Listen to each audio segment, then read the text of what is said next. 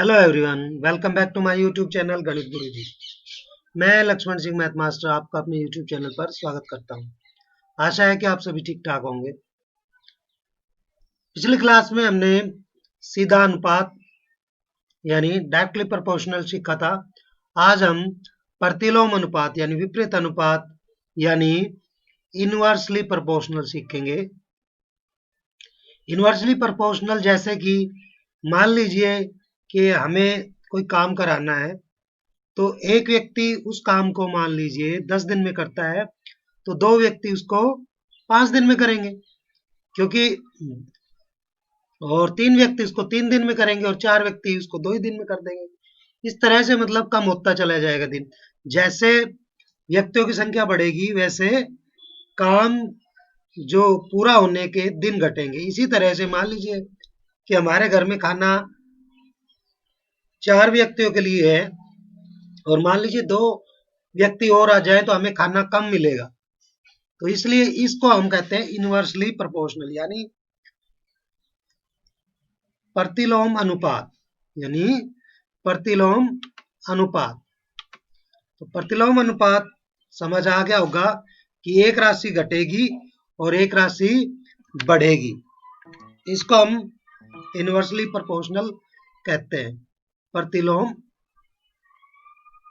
अनुपात।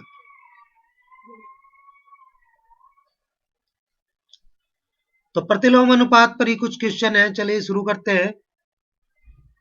जैसे हमारा पहला क्वेश्चन है कि निम्नलिखित में से कौन प्रतिलोम अनुपात में है?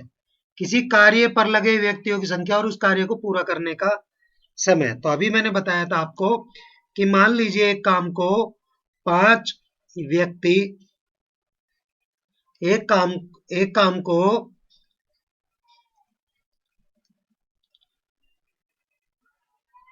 5 व्यक्ति 20 दिन में पूरा करते हैं, तो उसी काम को 10 व्यक्ति कितने दिन में करेंगे? 10 दिन में। तो ये हो गया प्रतिलोम अनुपात होगा पहले में। उसके बाद एक समान चाल से किसी यात्रा में लिया गया समय और तय दूरी। समान चाल से है तो समान चाल में मान लो हम मोटरसाइकिल की चाल बढ़ाते घटाते नहीं है, गाड़ी की चाल नहीं है, तो 1 घंटे में जितनी तय दूरी होगी, 1 घंटे में 1 आवर में मान लीजिए 50 किलोमीटर हम जाते हैं, तो दूसरे आवर में भी 50 ही जाएंगे हम, यानी 100। तो इस तरह से क्या है, जैसे समय बढ़ रहा है तो दूरी भी बढ़ रही है। तो इस तरह से ये सीधा अनुपात है। उसके बाद है हमारे पास खेती की गई भूमि का क्षेत्रफल और काटी की गई फसल। मान लीजिए कि 1 एकड़ यानी 1 एकड़ है, तो उसमें मान लीजिए कि हमारे पास 50 किलो गेहूं होते हैं, तो 2 एकड़ में कितने होंगे? 2 एकड़ में हमारे पास ज्यादा होंगे, 2 एकड़ में मान लीजिए 100 होंगे। तो काटी गई फसल तो ज्यादा होगी, तो ये सीधा अनुपात है। ये बढ़ रहा है तो ये भी बढ़ रहा है, तो ये सीधा अनुपात है। उसके बाद एक निश्चित मात्रा यात्रा में लिया गया समय और वाहन की चाल। तो भाई देखो, अगर चाल बढ़ेगी तो समय घटेगा, यानी कि मान लीजिए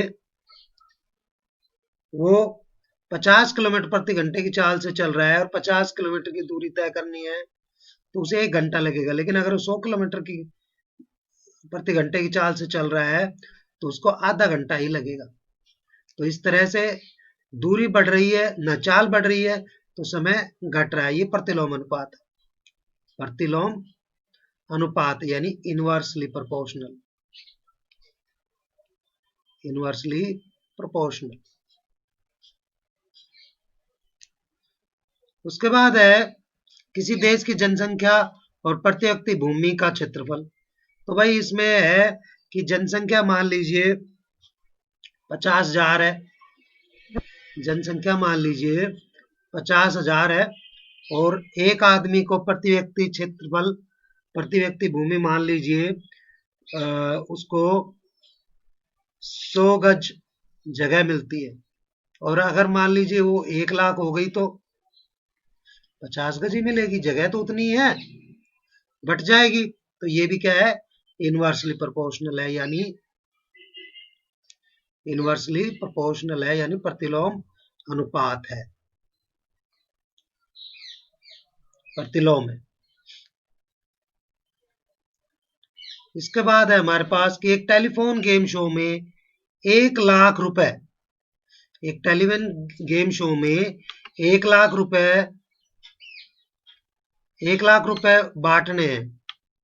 1 लाख रुपए जब वो बांट रहा है, तो टेलीविजन गेम शो में जब 1 लाख रुपए वो बांट रहा है, तो क्या कर रहा है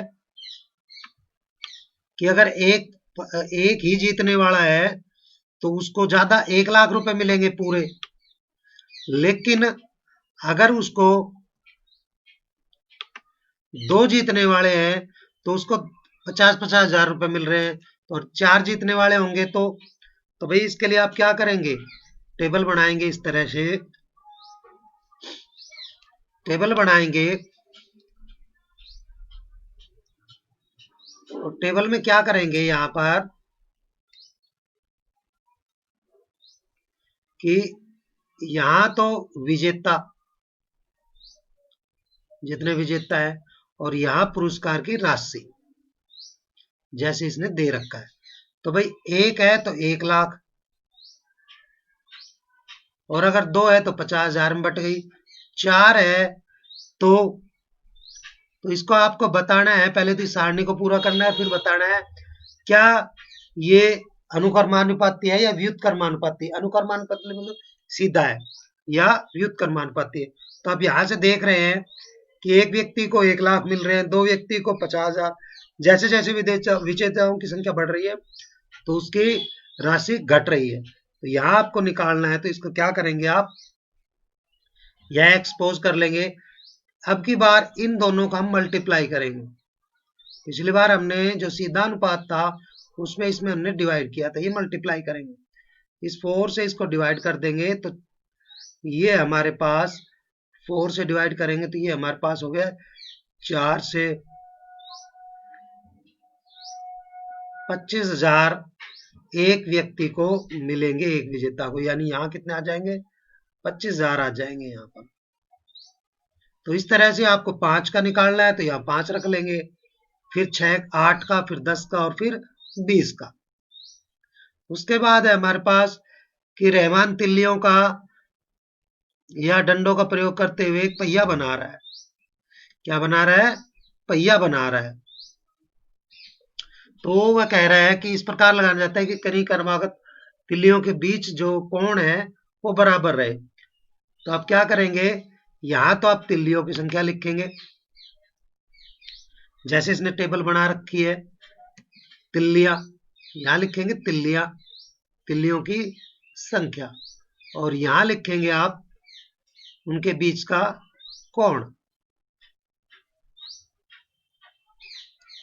तो आप क्या करेंगे, अगर 4 है तो 90 डिग्री का कोण है, 6 है तो 60 डिग्री का कोण है, इसी तरह 8 है तो आप क्या करेंगे, तो आप यहाँ पे मान लेंगे x, और इसमें से चाहिए अनुपात कोई सा ले लेंगे। तो आप क्या करेंगे, इसको इससे मल्टीप्लाई कर देंगे, इन दोनों को, और इन दोनों को मल्टीप्लाई कर लेंगे। तो 4 इंटू में 90, और इस 8 को हम इससे डिवाइड कर देंगे तो ये x की वैल्यू आ जाएगी। तो ये 4 एकम 4 और 4 दूनी 8, 2 से ये 45 डिग्री का कोण बनेगा, यानी यहाँ पर कितना आ जाएगा, 45 डिग्री का, जब 8 तिल्लियां लगेंगी उसमें। इसी तरह 10 का निकालना है, और इसी तरह आपको 12 का निकालना है। ये कहता है कि निम्न युग्मों के बीच प्रतिलोम अनुपात है या नहीं, ये बताना है। तो प्रतिलोम अनुपात है, क्योंकि जैसे जैसे तिल्लियां बढ़ रही है कोण घट रहा है। उसके बाद ये कहता है कि 15 तिल्ली वाले पहिए में कोण कितना होगा। तो आप क्या करेंगे, यहाँ 15 लिखेंगे और यहाँ लिखेंगे x।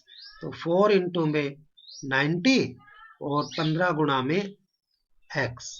तो यहाँ से 4 गुणा में 90 और इसके 15 बटे ले आएंगे और यहाँ x हो जाएगा 15 एकम 15 और 15 चिकी 90 यानी 24 डिग्री का कोण होगा उनके बीच में। जब 15 तिल्लियां होंगी तो यहाँ 24 डिग्री का कोण आएगा।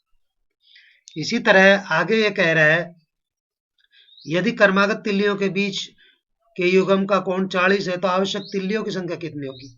अब की बार उसने कोण दे दिया तो आप कोण लिख लीजिए, यहाँ कितने हैं 40, तो यहाँ x सपोज कर लीजिए तिल्लियां। बात वही है, आपको इनको मल्टीप्लाई करना है, इसको इससे गुणा करना है। अब 4 गुणा में 90 और इस 40 से इसको भाग दे देंगे तो ये x, ये 0 से 0 कट जाएगा, x से x कट जाएगा यानी x इज इक्वल टू 9। यानी तिल्लियां कितनी आ गई, तिल्लियों की संख्या आ गई, तिल्लियों की संख्या वो आ गई हमारे पास 9, यानी यहाँ 9 आएगा जब 40 डिग्री का कोण बनेगा।